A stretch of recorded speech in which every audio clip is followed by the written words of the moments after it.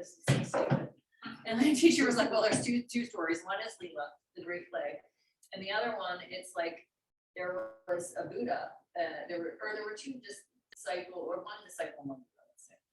And they're walking in the woods, and somehow the disciple gets hit by an arrow. And he, falls down in a tree, and the Buddha's standing there, and the disciple's like, why did this happen to me? What is the meaning of this? And the Buddha's like, I think we better just work on getting the arrow out. So more like, stop questioning why and get yourself out of here. But Leela is a good, a thing. It's a divine play. Just a play where we're learning and, One of the ways the universe knows itself. Yes, yeah, to experience it.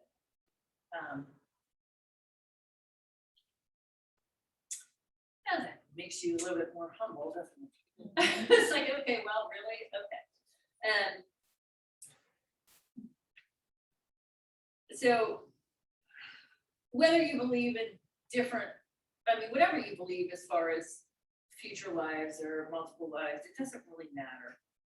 Take what makes sense to you in this, and if it doesn't jive with what you think, that's okay. So 214. The karmas that result in rebirth dictate how long we live in our body and determine our general experience, are accompanied by pleasure and pain, for they are smeared with both virtue or vice. So our karmas, we talk about good karma and bad karma. That's way oversimplified, but you can see here, based on, the way we act, maybe we have really pure motivation when we're doing this thing, and maybe this one we're a little bit more hooked, so we kind of have a little bit of cloudiness in that one. Our karmas are going to come out that way too. Mm-hmm. Yeah. Just can't get around. I know. Oh. So, and then here's the most depressing of them all. From the vantage point of a wise person, all is pain, because everything is subject to change, karmic impressions, and mutually contradicting forces of nature. Well, basically what it's saying is, pleasure is also pain, because we worry about losing the pleasure. That's so funny. Another paradox. I know. I guess the moral of the story is do not get attached, and have your motivations be as pure as you can. Because what else are you And gonna do? isn't that humility in the end? Yeah. Yeah. So what stops us? What stops you from being that person that you think you want to be? My ego and my self-will. Your ego. So so do you recognize that? That's Asmita. That's one of the kleshas. So they say the kleshas underline all of these. So what stops you? I was talking to someone the other day, and it's a person that I knew pretty well. She's introducing me to one of her friends, and she's like, and she is actually really nice. And I want to be nice, but she's really nice. And I actually thought the friend was actually pretty nice too. So I was like, all right. And I thought, oh, there's this thing, and I don't even know if it's realistic, where we want to be this nice person. Want to be known as, or we want to actually be the nice person too, but there's something that stops us. And it's what stops us? And it can be ego, fear, so we have fear of death or fear of anything really, and that's anivesha.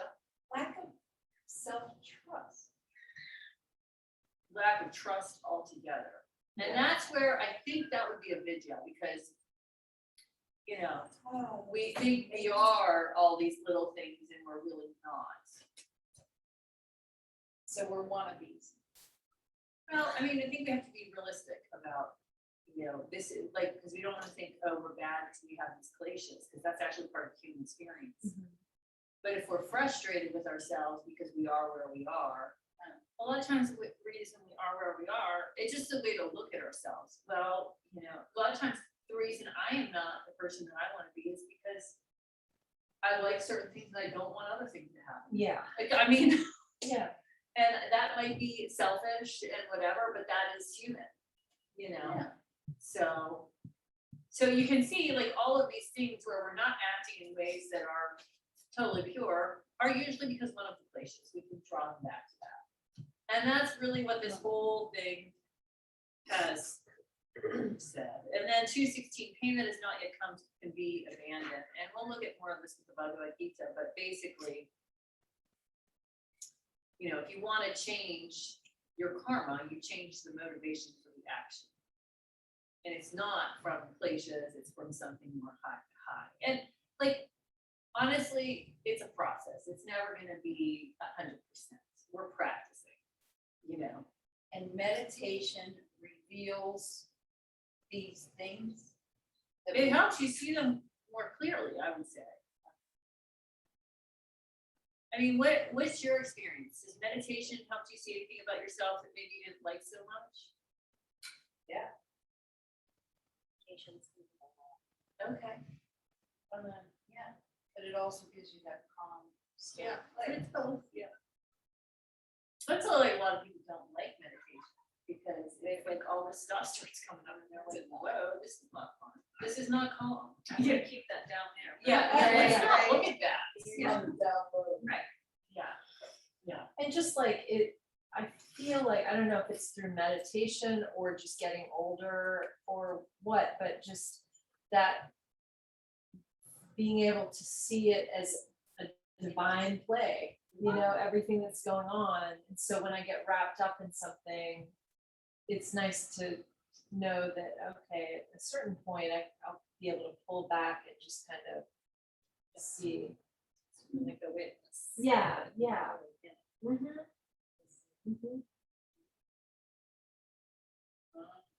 Okay, so that's about karma, and so like we will learn a lot more about karma when we talk about Bhagavad Gita, because there's karma yoga, where we talk about actions and, you know, a little bit more about it with that. That's where the Yoga Sutra and the Yoga Sutra and the Bhagavad Gita have a lot in common, especially in this second chapter, this part we're doing right now. You'll see a lot of parallels. What's your favorite chapter? Do you have a favorite chapter? Of the Yoga Sutra? I like chapter 1, the 30s. Mhm. Yeah. I think those are my favorite. Yeah.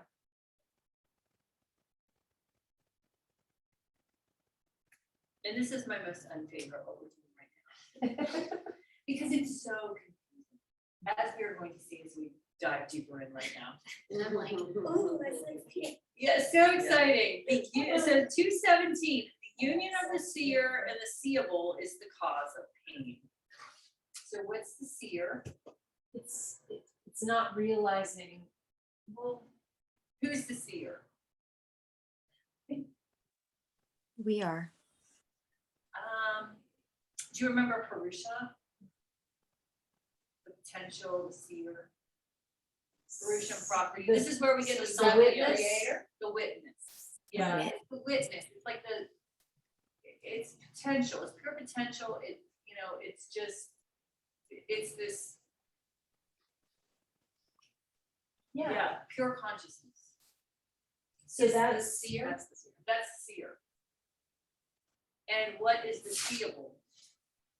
objective reality, right? Yeah, it's property. Remember property? Material. It's everything else. Everything else. So basically, they are saying here, when the pure consciousness becomes identified, attached, entangled in what it's observing, that's the cause of pain. So we're back to kind of Sankhya plus. Say that again. It's when the Purusha or the seer becomes entangled in what it's observing, basically. Attached. Yeah. Yeah, It's funny that entangled they is, use yeah. union. They use the word union, which has, to Sakai. me, has a connotation of marriage and, Yeah. you know, and I would like attachment feels better to me. Yeah, it's, but you know, Purusha and property, if you ever hear Panji talk, they can never be separate. You can't have one without the other, because it's the nature of the world. So this is a huge paradox, because there's no way this union of the sea or the sea will, there can't be a union. Because we would have to have no senses. We couldn't take in anything from the world around us. We couldn't see, we couldn't hear, we couldn't taste, you know, because all of that stuff how we're observing the world is creating union between us and the world around us. Is this comparable to yin and yang energy then, in a way? How do you think? So yang would be, when you're just talking about that seer, like, you wouldn't be able to like observe, you'd only be taking in. That makes me think that taking in is negative feminine, and the seeing, that observing is yang. They are, Purusha is typically like a more male energy and property is female, but you'll see when Panaji writes about them in his book, he will then call Purusha she.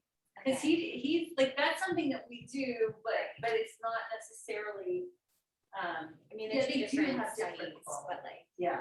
And you see Shiva and Shakti and Tantra, it's the same idea. So there is yin and yang, Right. it feels that way. But the thing is, the thing to know is, even though we talk about them as separate ideas, they're never separate. Because you couldn't have that. and the idea of yin and yang is like that too, because in, Yeah. there's a circle. Yeah, there's always a little bit of each, yeah. So let's move on. The objective world, composed of elements and senses and having the inherent properties of illumination, action, and stability, have a twofold purpose: fulfillment and freedom. So we're calling the seeable, there's a lot of stuff here. The seeable is the objective world. And it's composed of elements and senses. And this is how we're gonna lead into all the chakras and the Ayurveda, because that's, when we do Sankhya philosophy, if you remember the Sankhya tree, it was Purusha property, and then all the way at the bottom, you have the senses and you have that tree somewhere. It's probably in here in this manual. So say that again, the seeable The seeable is property. Seeable is is matter. objective world. And they're saying here, it's composed of elements and senses that have the inherent properties of illumination, action, and stability. What are those? Do you recognize those? Sattva, Sattva, Rajas, and Rajas, and Tamas. Tamas. Those are the gunas.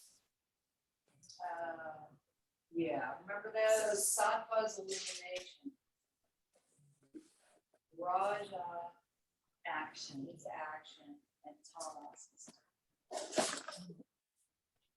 So everything, like we have this world around us, and remember, property is, yes, the world around us, but it's also our thoughts, our property, our emotions, our property, everything is property. everything other than Pure consciousness. pure consciousness. So everything takes on the inherent qualities of the gunas in a blended form. So like my glasses, if you look at them against my shirt, you might think that they're that brown, right? But when you take it away, they weren't that color. How does that fit into what you said? I've seen that. Well, that's a little bit of a different part of it's actually, we're getting here. That is Okay. actually a good thing. It's basically the mind reflects what you put beside it. So when you're in meditation, remember how you're resting in something else Yeah. that's not external? So that's what's going to color the mind that way and get you closer to pure consciousness. And the more you're engaged with the world and your thoughts and everything else, that's going to cause pain. And pleasure, which in turns. So then do this one, and then I'll stop. Okay. So when you're looking at the moon's light, it's really not the moon's light. Right, It's it's what's a reflection reflecting. of the sun. Yeah, and that's, remember, like when we did this is Sankhya, this is like the functioning of the mind. Remember how we did that, what you got out last night, the manas Yeah. and the senses, and we have the buddhi, which is like the lens. The buddhi is the discriminating mind, and that's what we're trying to sharpen with meditation. And the buddhi reflects either pure consciousness or it reflects whatever else. And so what we're trying to do in meditation is rest with things that are closest to pure consciousness. That's why the mental focus turns out to be important. Because if you're like, and I'm not saying, there's just different levels of meditation. It's not one is wrong, one is right, but like there are more beginners. So if you're focusing on, say, the taste of a raisin or something like that, that is gonna be a little bit more mundane than resting in a mantra that has an inherent energy in it that can have, that's a little closer to pure consciousness. Or if, like, think about this, if you're watching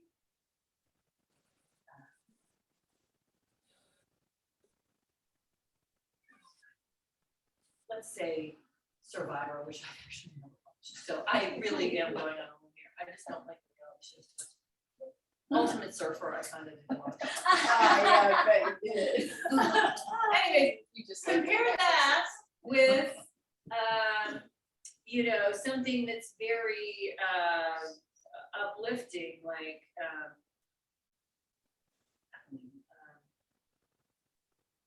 fantastic fungi. Oh, yeah, yeah. I mean, it's a different vibe, Yes. you know? So that's what when we choose a mental focus for meditation, you want to choose something that's a little bit more elevated, because that's what you're reflecting. It's like with the glasses, you want to put them up next to something that is pure. Just a side note. Like, we have time for side notes, but I'm just saying this anyways. I just watched this really good series on Netflix. What was it? It's called Astrid. Astrid. No, it's not on Netflix. It's on Amazon Prime. Okay. So what it is, it's French subtitles, but Astrid is an autistic woman, and she works in she puts away crime files in the crime library, and she starts to help this investigative team led by this woman commander. And it's about their friendship, and it's about how she intuitively solves crimes, and it really gives you a good understanding of, you know, what we would say autism. Yeah. It's such a great series. Oh my God, it's so cool. Yeah, so you should watch it. And that's what I was gonna say was uplifting. I'm like, no one's watched that. I can't post that yet. So we'll go with fantastic. Yes, that's right. Yeah. So, all right, so where are we? Yeah, so all of this, you know, all of the objective world that has these qualities of gunas has a twofold purpose: fulfillment and freedom, and they sound pretty good in this, you know, otherwise a little bleak portion here. And that's to remember that, like, Susanna, what you said, you couldn't have this feeling, and that is the whole purpose, is to have that freedom. Mhm. And it's kind of like you have to go through this to get there. Yes. Okay, the other one we're not gonna spend barely any time on, just to say, the total range of the goodness is divided into 4 categories: specific, unspecific, barely describable, and absolutely indescribable. That cracks me up. I read that earlier. Yeah, it's like, you could read it in here. It's, Absolutely indescribable. I mean, it's like, you know. That's like my favorite thing. Yeah. This whole training. It's actually a term. Absolutely indescribable. Can't describe it, just come on. Why don't you go classical? Absolutely indescribable. Oh, what's that cost? Like, I just love that. It's absolutely indescribable. Yeah, barely indescribable is also, barely describable Yeah. is also pretty Yeah. funny. Yeah. Because I feel like it's not good. It either is describable or it's not describable. Right, Right. right. It is pretty funny. So, Agreed. so there's a range for these My gunas. That's hilarious. Absolutely indescribable. Okay, so, yeah, so read that if you want to. 220, the sheer power of seeing is seer. It is pure, and yet it sees only what the mind shows to it. So that's kind of what we were saying with glasses.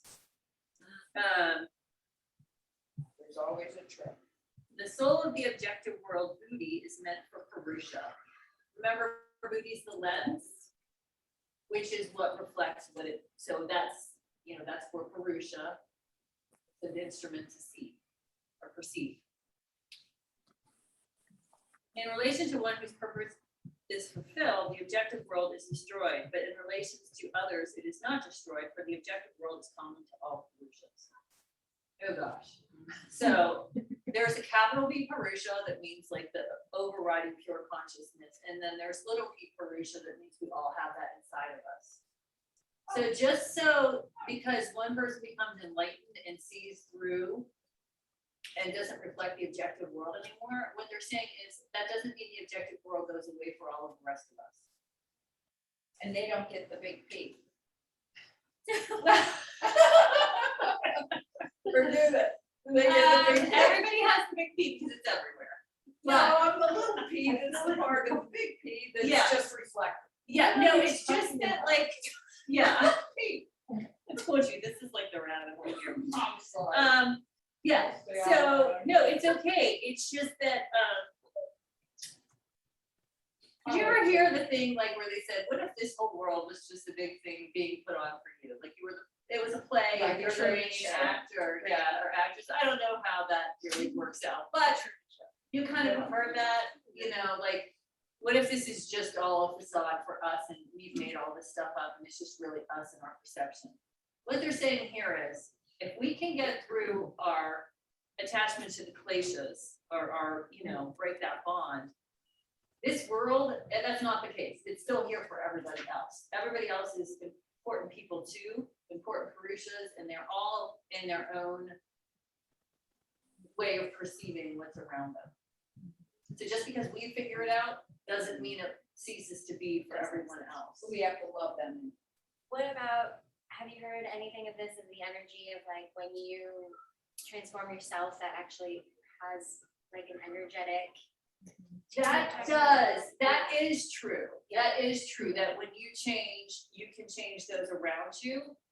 However, that's not what they really mean here. It's like, you know, if I die, which I will, but probably not soon, hopefully. Hopefully. I don't wanna be in Shamatopia. Distributing. That's great. Yeah.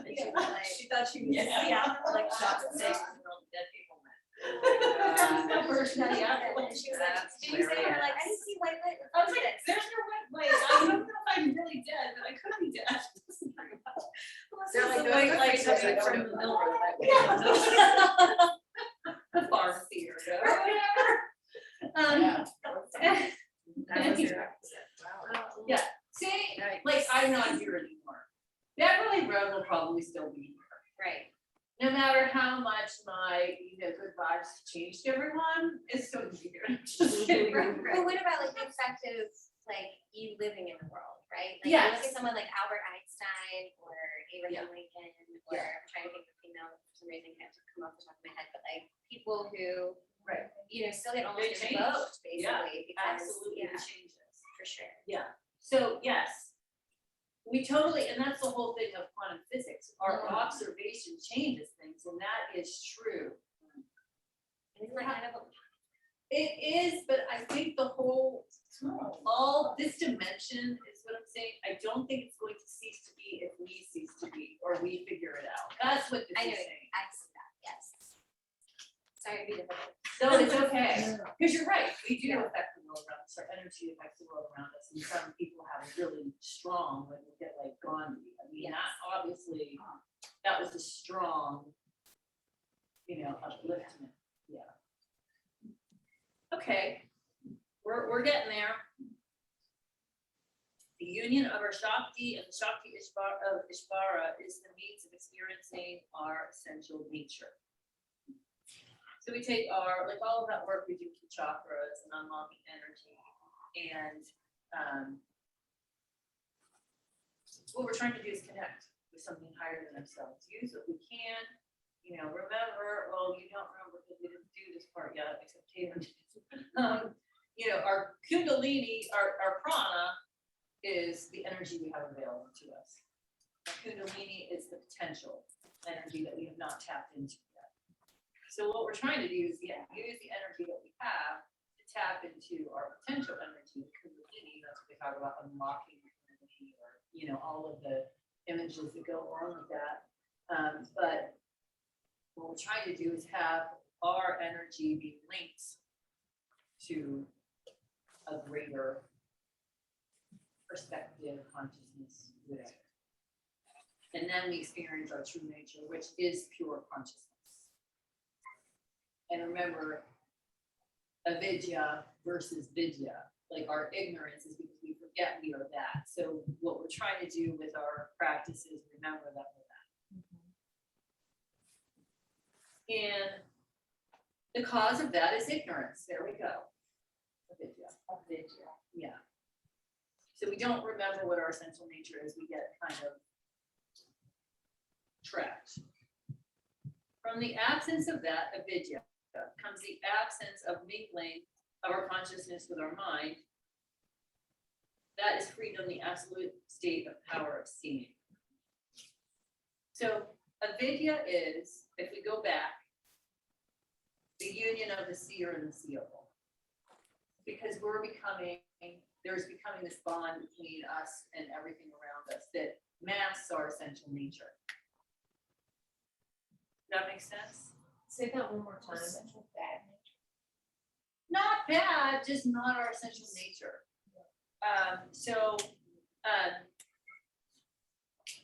Avidya is the union of the seer and the seeable that we saw in 217. Yeah.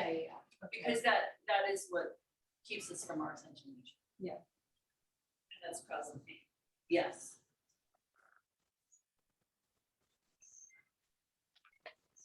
And 226, unshakable discerning knowledge is the means of nullifying the misery resulting from the avidya-driven union of Purusha and property. Small p. Yes. So avidya-driven union, what we use is the unshakable discerning knowledge. What is our discernment? Remember? The booty. The booty. Yeah. Yeah. The lens. The lens. So when we're in meditation, what we're doing is really kind of polishing the lens, like really, I'm sorry to go back, but for 225, the absence, I'm so sorry. It's The okay. absence of mingling, the conscious clear mind, that is freedom. The absolute state of the power of seeing. We talked about it, but I don't know if I just didn't absorb it or if So the absence of avidya is ignorance. ignorance, right? So if you don't have that, If you're not ignorant of the connection, the essential nature, then you're free. yeah, Okay, great. then you're realizing the essential nature. Yeah. Okay, great. Thank you. Did I say it very? They sure do. And my thing is, like, this is all great to talk about it, but really what matters is our practice, which doesn't feel a whole lot like this. This is super intellectual. And the way we learn is we hear something intellectually that may make sense to us. And that's one level of learning. But when you experience it, that's what actually makes it yours. So this stage is important, but it's not the only stage. We'll need experience doing it with meditation so we know what we're doing. Or just life experience, like, oh my gosh, I'm in pain. Why am I in pain? Well, because I care so much about this, So like just, and this is on track, but a little bit off, but just curious, like not everybody who has a meditation practice goes through this process. So does that make their meditation less valuable than someone with been given all this knowledge? yeah. Because probably some people, depending on how they come to meditation, don't even go through the Sutras. Right. And there's different paths. And it's just, There's that's different okay. paths. Then Yeah. we just, And this is one path. right.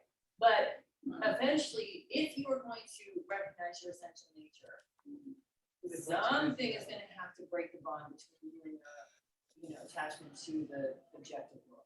There's just no way around it. So whatever method Right, you use. so you might get there without realizing that you kind of did Yeah. these same steps ultimately anyways. Yeah. Yeah. Yeah. Even if it wasn't presented in this exact format Right. or whatever. Right. Yeah, I mean. And a lot of the religious traditions come out of spiritual traditions, and I just know, I grew up Catholic, so that's really the one I know the best. But, you can see they have things set up, like there were moments where there was the opportunity to connect to something. There were these rituals like confession, where you had, I mean, it was weird. But it was, you got some insight into maybe what you were doing wrong. And you had a way to atone, even though, whatever, that was their way of doing it. Yeah. So what I'm saying is there's this, of course, this is not the only way to do this. Right. Because that would be just ridiculous, because you can't just have one way the method is not.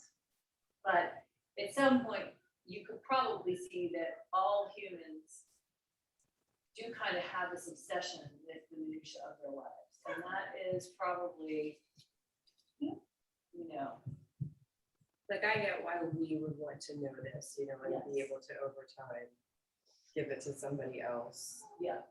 Maybe some point in my life I'll be able to explain this Yeah. to someone else.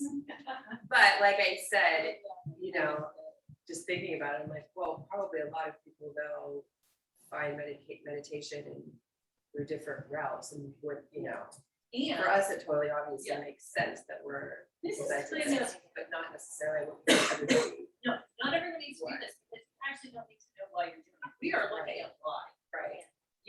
But you don't need to know that to meditate. You just Right. need to know the instructions, and you need to be led through meditation. Or learn how to still your mind or rest in something. This is just kind of for us to understand a little bit more about it. And some people will be inclined to do this, and some people won't. But it doesn't mean they're not doing it. They might just not know why. And there's some people that are just completely, happy and blissed out at life, and they never have come into any meditation or anything, and that's fine. They are going that way. It's good. It just happens to be the way that we're looking at it. But yeah, absolutely, there's some. We've suffered so badly. Well, I mean, the idea is probably if you're looking at the stuff, if in fact there were past lives and stuff, it might be that you have looked at it before. Your attraction to doing this, not everybody's sitting in here on one of the most beautiful days of first days of autumn, learning this stuff. And so like you want to learn it for some reason. There's something in you that's propelling you to do that. And like, I've always said, there's too many coincidences in my life why I would have landed here, but I did. It's just, what are the chances? But so that kind of makes me feel like, oh yeah, this was supposed to be, but yeah, not, there's so many different ways, and I think that's where we get in trouble, is saying, this is the only way to do. Well, that's the this. thing, yoga and meditation can be very judgy. They can be, You yeah. know, and like the people who think that their way is the way, Yeah, so I just was curious yeah. how common or how essential that the Yoga Sutras are outside of our context, Very little, and like Because- really, what are you gonna tell your students about the Yoga Sutras? You're gonna talk about wavelengths. Mhm. You might talk about the More definition of applicable yoga, things, practice and non-attachment. right? That's what The typically. things that you would probably do, you would discover through meditation regardless. Right, and that's why I was like, we're gonna look at this, but like, we're not gonna spend a ton of time on it because there's no reason to. This is really esoteric, and it's really nice to develop a relationship and kind of start seeing Sankhya philosophy in this way or whatever. But it's not the heart of where we're at with anything. No one's coming to class for this in our yoga classes right now. Let's hope not. Yeah, yeah, they're not. I'm telling you. Can you explain book 2? Yeah. You're like, no. Although the end of book 2, I was just looking at things like that. I think we were talking about that. Jyotika? Yeah, there's all that stuff is in the back of, like, I was like, Yeah. is chapter 3 or 4? No, but there's. Yeah, there's an index of things you can do. And I mean, remember, yoga is the mastery over the mind's fluctuations. That's really what we're trying to do. So what makes our mind fluctuate and think about things what makes it chitta-vrittis? Well, really the kleshas underlie all of them, are just ignorance or this, and it's just like kind of understanding like more of how we tick basically. And I just think it's fascinating that it's thousands of years old and Yeah. that people figured this out, Yeah, you know? yeah, But they did it through meditation, Yeah. right? And they did that to figure out like other things too, like you were saying, figure out what they Yes. look like internally, like. yeah. Imagine being so good at meditating, you could see internal. Yeah. Like Who's that. gonna carry these over? We all are in our own way. I mean, the big ones.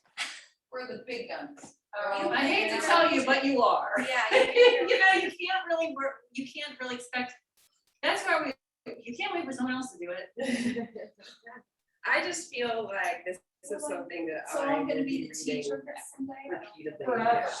I was And I thinking, look forward to the day when the things, you know, they've certainly, especially like now being almost finished with this whole thing, you know, so many things seem more familiar Coming and together. coming together. Yeah. But it's still like, I feel like I could still go through this whole training again. yes. Sure. And then just feel like, okay, things came together a little more. And I could probably do it again, you know what Yeah, I mean? Like, Well, think I it's know, funny, that's but what that's basically the 200 hour, and like, there Yeah. wasn't really a 300 hour when I did my 200 hour, there was just a 200 hour, and I took it like 7 times. Yeah. Did you really? Yeah. I did, and the Yoga Sutra, and the that's what I sat in the most, and it was more, than our 200 hour now, that was just really what the age I focused on, so I really learned that over and over, and then I would take just extra weekends of just the Yoga Sutra. Mhm. And I still look at it and I'm like, yeah, this part is really tricky right here. But it's more familiar than it used to be. So, And sometimes. So there's your progress. yeah, there it is, you know, and it doesn't matter, I don't need to figure it out, no one needs to figure it out, but it's just, you know, what's gonna happen is you probably, when you're thinking about it, or someone will put you on the spot at some point, a student, and be like, you know, I was thinking about this with karma. But if you relax, you'll remember and you'll formulate, you'll put together connections that you actually probably didn't even know were there. You know, because you just, you know, once you use it or you have to pull it out of everyday life. And you'll show up for the person who's inspired. I guess that's the thing, it's the everydayness. This is very not every day. No. Yeah. Yeah, I guess that's what it is I guess I do have a much better handle on a lot of these things, really and truly from an everyday application than sometimes you realize that you do. Yes. Yeah. Yeah, and, yeah, this is, like I said, this is not every day, and, you know, it's Sankhya philosophy, this is like an ancient philosophy that we're studying, you know, but it does help to see it, you know, just because a lot of yoga was, you know, this was the heart of it. It's good to just be exposed to it every once in a while, and you will really be surprised. And it's almost like you don't learn it very linearly, like the way that we're doing it. Like you hear, so we're doing it this time this way.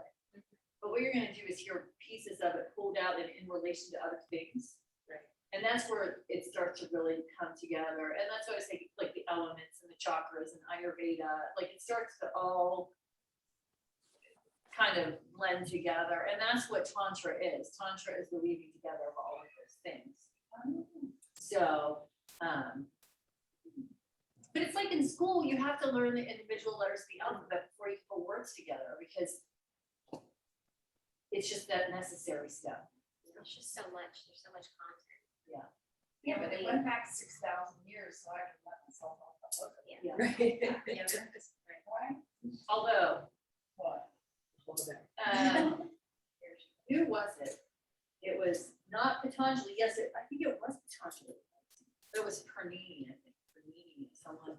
He had mastered the Yoga Sutras and then written like something, a whole thing understood the Sanskrit language too, which you would never do both in one lifetime. But like we did have these like, you know, like Leonardo da Vinci. He's great. You know what I mean? He's great. It's just like, or I think Harish Johari is great. Like, I mean, I know I mentioned him before, but he was like, he does, you know, Ayurveda, he does like gems. He understands how that works, astrology, numerology, like he had of all of this stuff. And it was just like, And all of those things Sounds like take time. what I've been studying some of that stuff, like astrology since, 11, like sitting in the library and reading it, and still some of that stuff just now sinking in. And when we're Yeah. talking, I just keep thinking about how, like, my grandfather who helped invent like the nuclear bomb, like back in the day, he taught me really young, like, everything's vibrating, this wall isn't solid. Literally said that. I'm like 7. I didn't understand that. That didn't make any sense, but I've been saying that to myself for for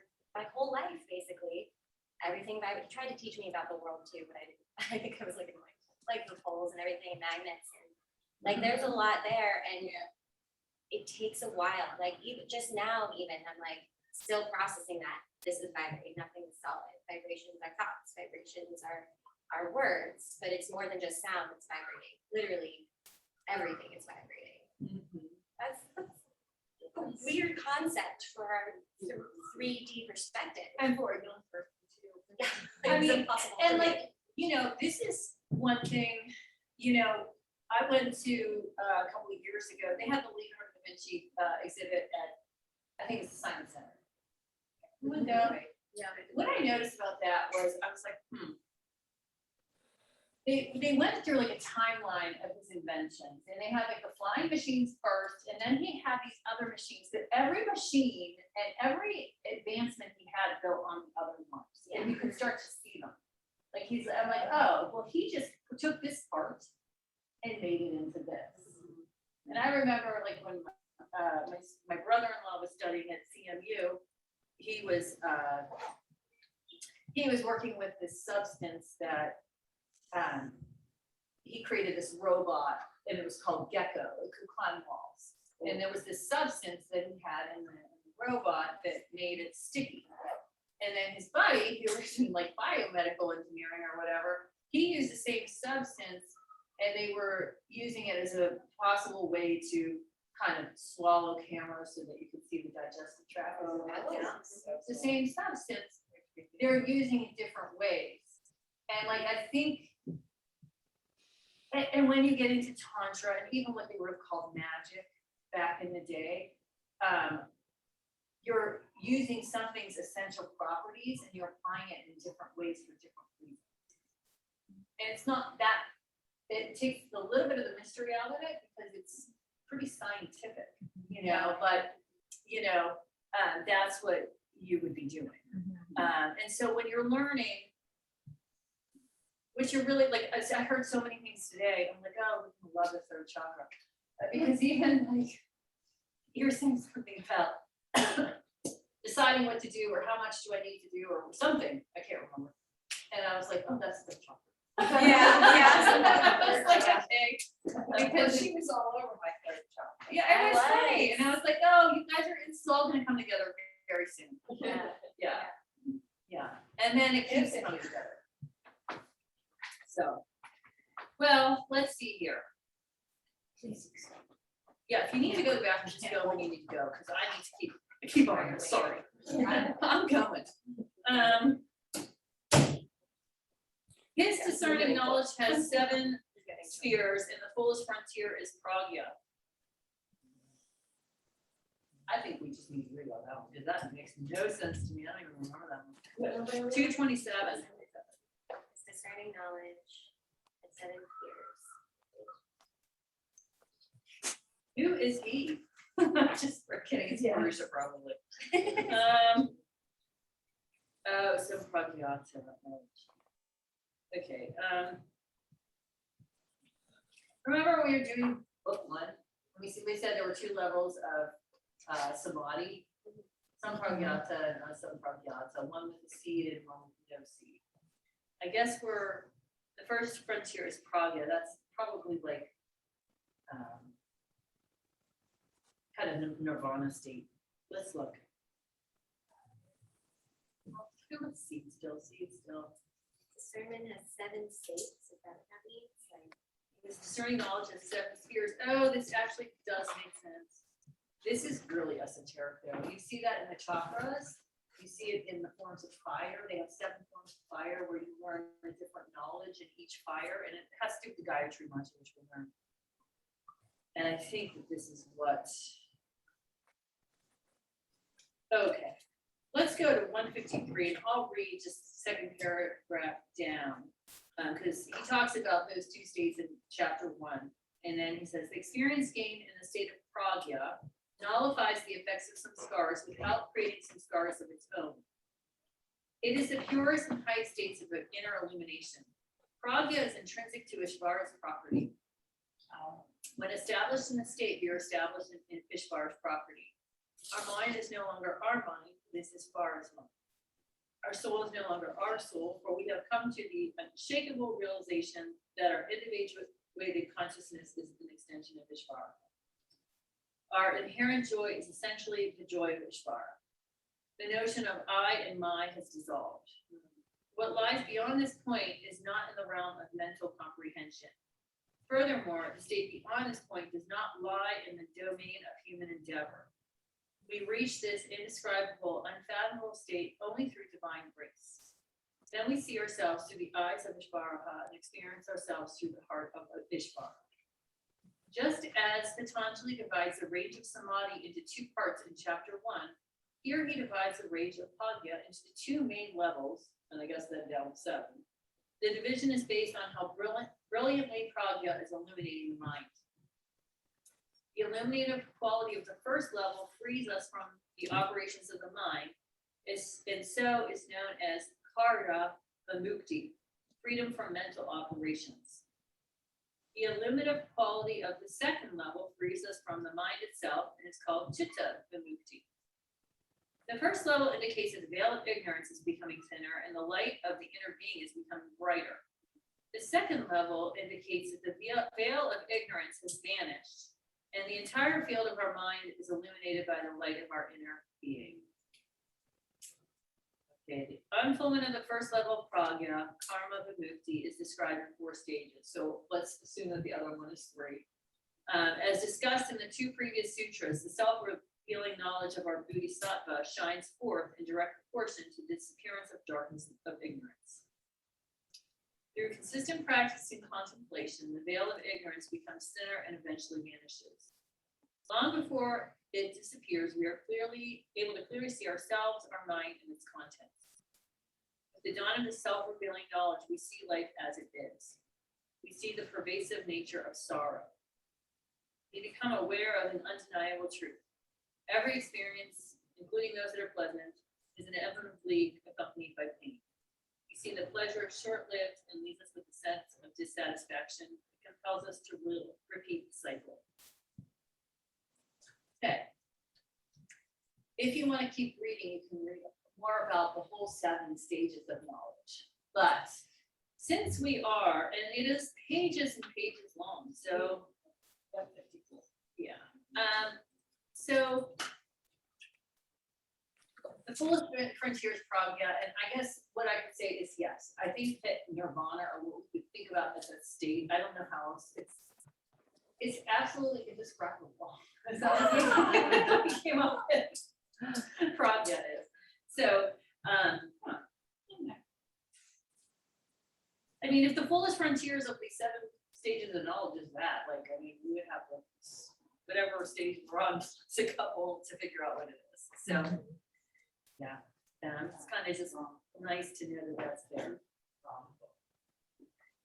Those are the Sankhya philosophy ones. So you can see, like, it's just, isn't it like, my brain's tired. Should we do 228? 228, Is that like something else? it's the start of the 8 limbs, so we're getting back into familiar territory. I'm sorry, I read ahead a little. It said unshakable discernment, so I thought it was like connected to 27, which it kind of is, I'm sure, but. It is. Yeah. Well, remember, samadhi is absorption. Absorption of what? Well, whatever you put the booty sharpens Yeah. to. So, you know, that could be Pragya. So remember that Patanjali does this thing where whenever he's listing, whether it's the kleshas, whatever list it is that he's going to describe, he always says it generally, then he lists them out, and then he goes one at a time and explains them. So that's what's going to be the case for these 8 limbs. We're going to list them out. We're going to say, hey, there are these 8 limbs. And now we're going to say what they are. And then we're going to take like the yamas, and he's going to, and he lists the yamas out. and explain which one was, you know, so like, it's kind of like it's almost outline form here.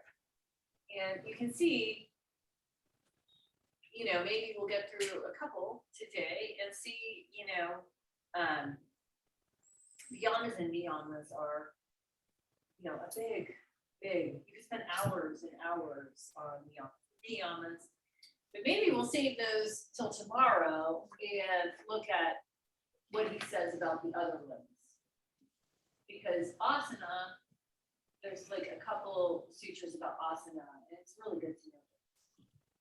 Okay, so first 228. The practice of the limbs destroys impurities. Thereafter, knowledge continues to brighten all the way to viveka kiyati, the domain of unshakable discernment. So, destroys impurities. You can think about, you know, so we're also working on places here with the 8 limbs. And here we list them out, and of course this is in English. Restraint, observant, physical posture, mastery of the chronic force, recalling the senses, concentration, meditation, and spiritual absorption are the 8 components of yoga. So those are the 8 limbs. 229. If anyone's ever looking for them. 229. Yeah, the English version. Or if you read 229 in here, you will have a commentary. So, you know, what I would suggest you do, like if you haven't read the ones about the glaciers yet, you know, you could do that at a time, but you could also just like, I mean, if you want to just get something solid and the yoga sutra, go back and read the 8 limbs, because at least you'll really have a handle on those.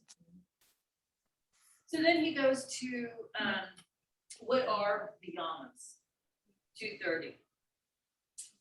Non-violence, truthfulness, non-stealing, continence, and non-possessiveness are the restraints. So let's look here.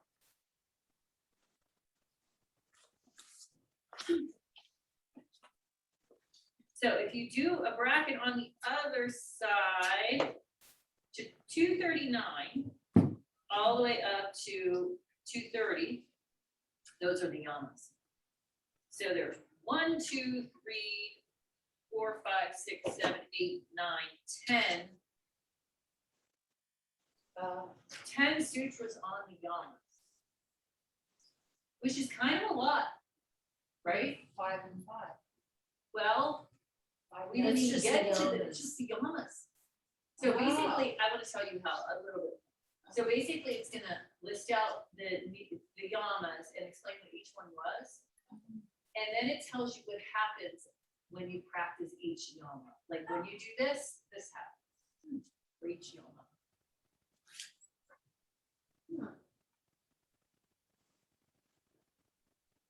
Oh, actually, that's not true. He lists out sorry. It's 232 is the niyamas, and then he starts to list them out. So he doesn't quite do them all. Okay. So let's go through them and read it. Non-violence, truthfulness, non-stealing, continence, and non-possessiveness are the restraints. So, ahimsa, satya, asteya, aparigraha, and brahmacharya. Say the last one. Well, brahmacharya is actually, I switched last two. Brahmacharya and then aparigraha. Brahmacharya is moderation in the senses. Sometimes it was meant to mean celibacy, but that's never what it means in our case. Except for me. Well, maybe it shouldn't. Just That'll be say, 3 years now. okay, as long as you have a plan. Yeah, you know, even if you look at swamis, like now it's all messed up, just like everything else, but like, and it wasn't before too, let's not glorify, but you know, swamis, the like vow of celibacy would have usually been taken after someone had already had a family. Oh, yeah. Been there, done that. In their 70s, probably. Yeah. Not that you don't have sex drive in your 70s, but you might be able to be like, I might be willing to give that up. I don't know, you might not. I not there yet to figure out what would happen, but, yeah, so, Did this stuff apply to women initially, or was it? No. It was just men, right? yeah. Maybe they just mostly had ED by then anyways, so. Yeah, they could. It was like, probably less of a focus. Yeah. I mean, less really, by that of- point, Yep. Yeah, but then they went into the woods and changed into little animals and that's like anything. Oh my gosh. I know, well, that's after you abstain for a while, things get weird, we know. That is the- I heard that the That's other the year, story actually, of like, church. yeah. You've You've ever It had gets a anyone little that- weird after a while. Oh my God, that's good. Yeah. Oh my goodness. Yeah, so that's, like I said, let's talk about these more tomorrow, like, we can go over the elements a little bit, talk about them a little bit more. But we'll go through what they say about them, so they list them out and they say, the 5 restraints are not affected by the factors of class, place, time, and circumstance. They are universally applicable and constitute the great vow. So this just means, well, they have a caste system in India, number one. And so it would mean like the Brahmins didn't get out of the yamas or the, you know what I mean? They apply equally to everybody. Everybody is dealing with this.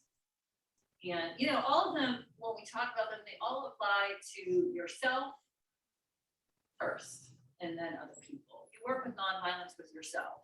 Yeah. Before you work with it with other people, or it's probably not gonna work very well. If you're nice to everyone else and mean to yourself,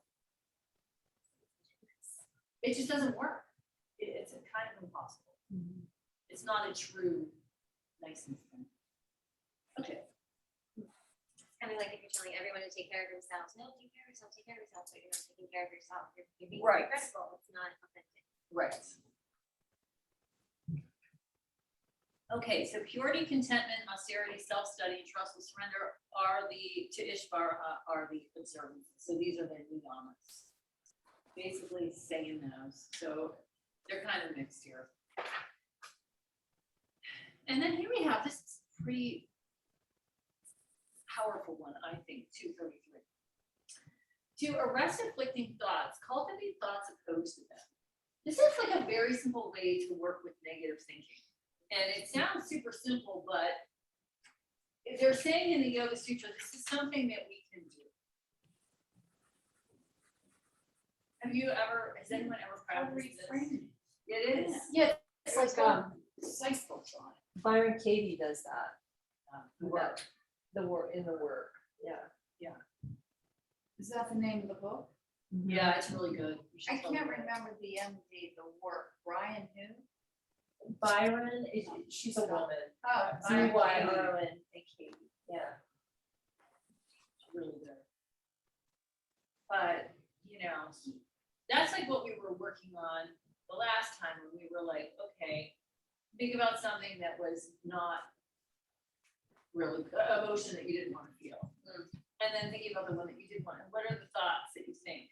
Oh, this, or what are the thoughts that you want to think? If that's a way of reframing or cultivating the opposite thought. Like, oh, woe is me, this happened to me again. Yeah, so then I have to flip side it and say, maybe this has happened to other people too, and it's not just happened to me. Or maybe I'm wrong. Like, Ah, that's what I do. That's good. I love these thoughts of mine that are completely based in no fact at all, they're not even correct. Yeah. Like that's, I love how easily you say that, like, there's been some arguments in my life recently where people are like, you never want to be wrong, you can't, and I'm like, that's wrong, like, I'm not saying I enjoy being wrong, but oftentimes being wrong means that I'm learning, like, I'm learning and I'm growing, I'm not like, oh man, I didn't get that. I'm like, oh, what's the right answer? Like, it's not so much that I care who was right. I want to know what is right because that's the truth. for me, I just realized like I have watched my thoughts for a while and some of them are completely false. Like I make up stuff. Yeah. Yeah. And it's embarrassing that I do. Yeah. You know, I I'll mean, do it. It's just like, wow, I'm thinking that way. It's not right. Yeah. Yeah. And like sometimes I don't even, like sometimes if it's someone close to me, I'll say, I'm thinking this. So that I can say it out loud, and then I realize that I'm totally wrong. And then sometimes I don't say anything, because I know I'm wrong, I know I'm thinking the wrong thoughts, but then I'm like, just give it time to figure it out. And Yeah. I was completely wrong. Yeah. And so I don't know if it's as I'm getting older or what, or just, I don't know, just life experiences that like I'm scared, so I'm making things up, you know what I mean? But I do know, like, I can't trust my thoughts at all when I get into that state, because I'm usually in fear. Yeah, right, And then it's not Fear. correct. Yeah, Or resentment. yeah. It could be different for everybody. I can only say what We mine. suffer from Yeah. Yeah. So, yeah, so, cultivating thoughts opposed to them, or even just recognizing them. That's what meditation does. Oh yeah, I do this. And in this situation, I can't really trust my thoughts very much, because it's never been really valid. Like it actually never, I know the feeling and it never turns out that they're right. I'm always thinking something.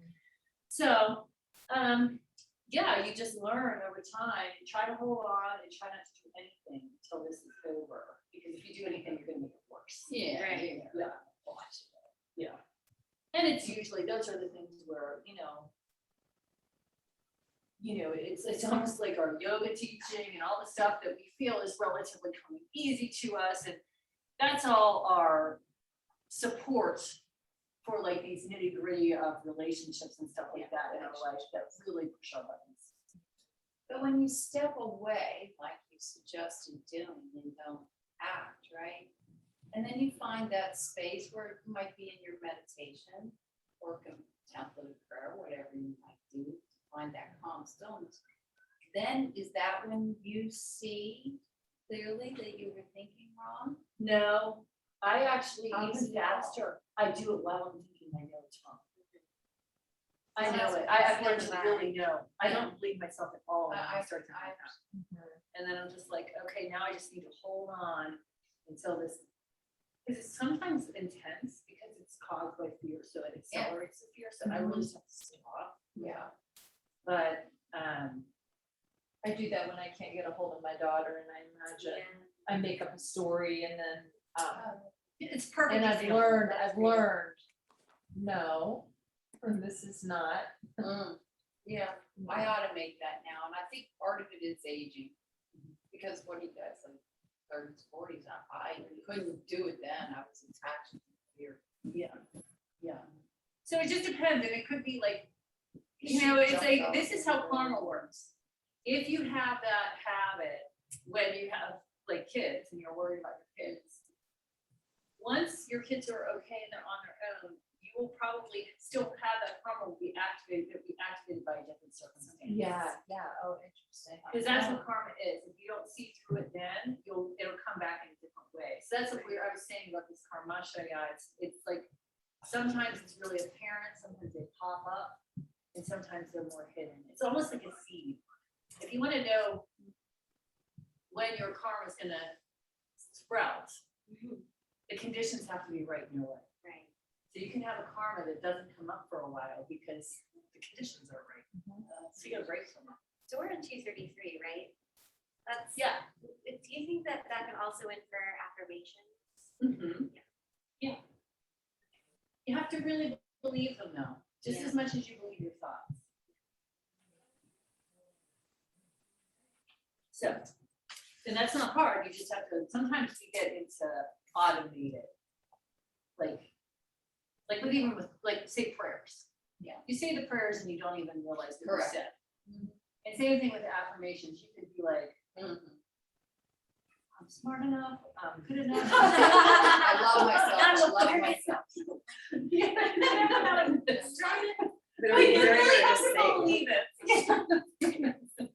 That's why you're supposed to impregnate your children with that when they're in the crib. I love myself, I love myself. Yeah. That was this guy in dentistry, and he was smart, and he was doing that with his kid, and I'm like, oh, she was like, but you know what? Worked When out. I look back, didn't, because I didn't get that. So I wasn't Yeah. loving myself later, that's how I. Yeah, that realized. worthiness. Yeah. A A lot of small us pat have on the that. board there, yeah. Mhm. So, here are the afflicting thoughts. So we said arrest afflicting thoughts by cultivating thoughts opposed to them.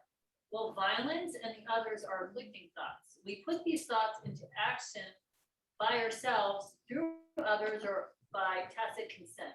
These thoughts are propelled by greed, anger, or confusion. They are mild, intermediate, or intense. We nullify these afflicting thoughts by realizing they bear an ending fruit of pain and ignorance. That's interesting. Okay, so that's a little bit about how to work with either the yamas or the niyamas, is basically what we're talking about here, because they are thoughts. So now we're gonna talk about, and this is gonna go all the way down to 245, actually. They do the yamas and then the niyamas. When you practice ahimsa, what happens? So the yogi is established in nonviolent, animosity vanishes. So they say when someone is really well established in nonviolence, meaning towards themselves, they're just not violent people. Nothing around them is afraid of them. Hungry. Do you think of St. Francis of Assisi? And if you've ever seen, like, the one person I have kind of, even through productions, caught a glimpse of it is Thich Nhat Hanh. Have you ever seen anything with him? He seems completely, you do not feel anything there. Like it's really a weird, just peaceful. You feel really peaceful in presence. Yeah, so that's what would happen if you practice nonviolence. Is that equanimity? It could be, it feels peaceful, but it's the lack of animosity, which is, I mean, animosity is a kind of, So they're talking about animosity from within or from others? from both, but mostly from others. Yeah, no one will be, if you are practiced in nonviolence, nothing is afraid of you. Okay. So you wouldn't have anyone come to you in anger because they just wouldn't feel bad. It's interesting because I do wonder sometimes about someone like that actually triggering people. Does that make sense? Like when Yeah. people who are not aware see that can, there's jealousy, there's envy, there's anger, that isn't the vibe that they're feeling, it's uncomfortable, things like that. I don't know, because like, I know just with Thich Nhat Hanh, Might not for be the person example, that I'm thinking of. That's yeah, not even one of, it's, like he Gandhi, is really, people around Gandhi could never. he might not have been established in nonviolence. Okay. You know, I mean, even though he preached nonviolence, there was an edge to what he was doing. Sure, yeah, And I'm not saying it was wrong, that was his thing. right. But if you see someone like this, like, I don't think, you know, people that like, no one dislikes. I don't think, and it's so weird because Thich Nhat Hanh, I don't know that much about him, but he did come through a lot of violence with the wars and stuff like that and what he was forced to do early on. And I'm wondering if that taught him nonviolence, but you don't have a feeling that he is all superior. You don't get mad. Right, It's almost like, so there must be something it's weird, yes. in some of the other like situations that I'm thinking of where the person who so many people go to for healing, there are other people who are like, I just cannot, that person. There might be something there. Yeah, it's not completely resolved. I mean, Right. which is, I mean, because I can think of one person, that means like, Right, it's really hard. hard. Yeah, yeah. So, I mean, it's not that there aren't other people, but like, that's the one person I actually, I think that's it, Yeah, you know, when I What was watch the name of that? Thich Nhat Hanh. Thich, THIC, what? CHT. Am I right?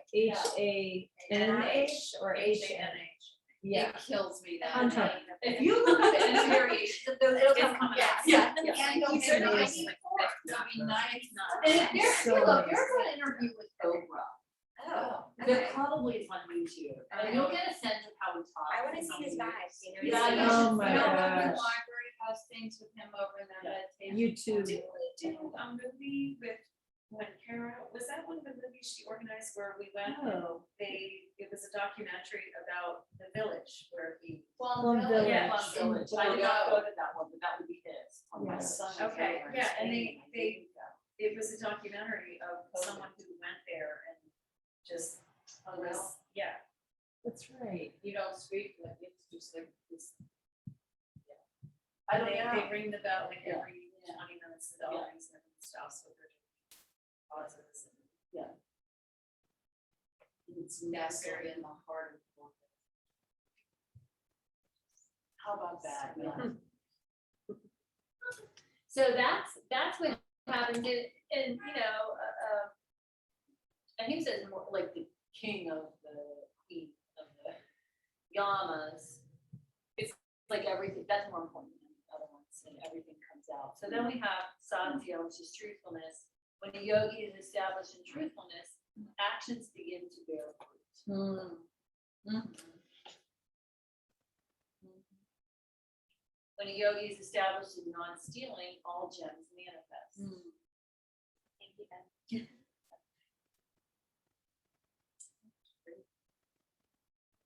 A yogi established in continence gains virya, the capacity to transmit knowledge. So virya, if you think about it, it's strength.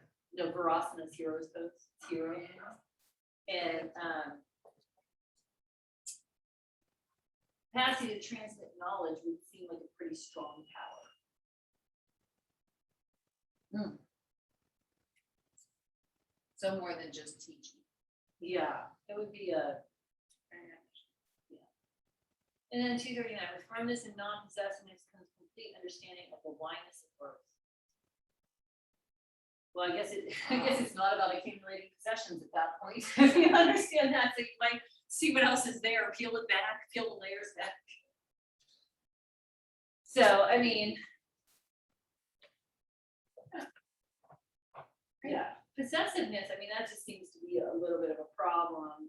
You know, we have shows called like Hoarders and Yeah. you know, where people just like get really attached to all of this material stuff.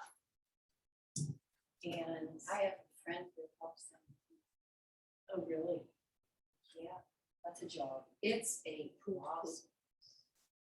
It would be one thing if it was just cleaning up, but it's convincing them that they can let go of things, which is, that's why kind of psychologists sort of need them, because it's like, the reason why these people are not getting rid of things is not because they don't know where the garbage can is. They like are attached. So, yeah. I'm not a hoarder, but I do have, I have so many things I need to just throw away and not even look, because I look and I'm like, oh, I just, you know. Like the stupidest stuff. I go You're a through waves, tosser, it's right? either like, Yes, get it out you here, do. or I I'm like such have a these tosser. emotions and I taste everything. Call it staying light. It sounds In case familiar. God It's like hears. this, I wish I could remember the name, if anyone Or remembers. It's like this idea of cleaning clutter by way of not keeping anything that doesn't bring you joy. Yeah, Marie it's not Kondo. about tiny. Yeah. Yeah, Marie that Kondo. It's Yeah. like 5 years ago and it totally Yeah. worked. It didn't work for And me. I still I know, got I halfway. still like look at clothes, I'm like, no, actually, I love this, but it's raggedy, so it's not bringing me joy. So I have to. put it Oh, up. I got rid of one jacket doing that, it was painful. So, She hadn't. okay, so let's just try to get through the yamas here. Okay, so now we're into the niyamas, so Salcha or purity. Purity arises sensitivity to the unclean nature of one's own body. That sounds horrible. And that leads to unmixing it with others. Well, I don't know about that, but That sounds like hot yoga. no, that to me sounds like getting so distasteful of one's own body that you don't want to have sex anymore. Which I don't know about. We'll just put a question mark by that one. Here's another one on purity, if you don't like that one. From purity arises the purity of our essential being, a positive mind, one-pointedness, victory over the senses, and the qualification for having a direct experience of ourself. That one I like. Whenever I think of Salcha, I think of, first of all, like when things are clean, sometimes it's more peaceful. You know, that's how I feel like in my house, like if things get too messy, I can't rest. You know, and the other thing I think about, if you think about being an animal, like we need to clean ourselves. Like if we don't take a shower for 2 weeks, our body doesn't, it's not self-cleaning. So salcha or purity means like you actually have to do some upkeep. I have no problem. And the other side of cleaning up your environment, like I used to be maniacal. Just like cleaning every night, the corner boards and stuff. Oh, I had to let that go and go full swing to the opposite side, where I could actually walk into a room that had like clutter and be able to survive in that clutter. Yeah, which is great, because today I can't. But, yeah, anyhow. It's a process. It is. From contentment comes happiness without ego. Yeah. Be happy. Austerity destroys impurities. From that comes yoga accomplishments pertaining to the body and senses, and usually tapas has to do with sense management. You know, like we moderate the senses, and like, you know, we don't taste too much, little, we don't, you know what I mean, that kind of thing. From self-study comes the opportunity to be in the company of great beings of our choice. Oh. And from trustful surrender to Ishvaraha comes samadhi. So when we let go. Can you say bliss? Samadhi is really absorption, but it's absorption in some usually, you know, wonderful. And like you said, your experience of, you know, when you get into that space, you don't worry about anything. There's no negative feelings in that space of meditation when you get into that. That's what you're saying before today. Yeah, it's just. And so that's what you would be good to be absorbed in that. And feel that for a little while. Okay, so that's where we're gonna stop and we'll pick up tomorrow, and I think that we'll do really well with finishing that and giving you time to practice. So we're gonna take a little break here and let Maggie have a chance to come in and get settled. Yeah. Okay? Yeah, you guys did great today. Thank you, so. What are we doing next? With that, you're I- doing I- more, I I- think I'm actually going to talk to her right now about that. She's gonna be doing prana, yana, Shiloh. meditation. Shiloh, was that better? Can you hear us now? It's so much better. I can hear every single person Oh my God, that's great. here. Good. Yeah. I'm glad. Thank you so much for talking to her. Oh, yeah, and tomorrow I'm gonna bring an extension cord and we may be able to scoot you closer. So. Yeah, well, I'll physically be there tomorrow, but I know Oh, right. Nikki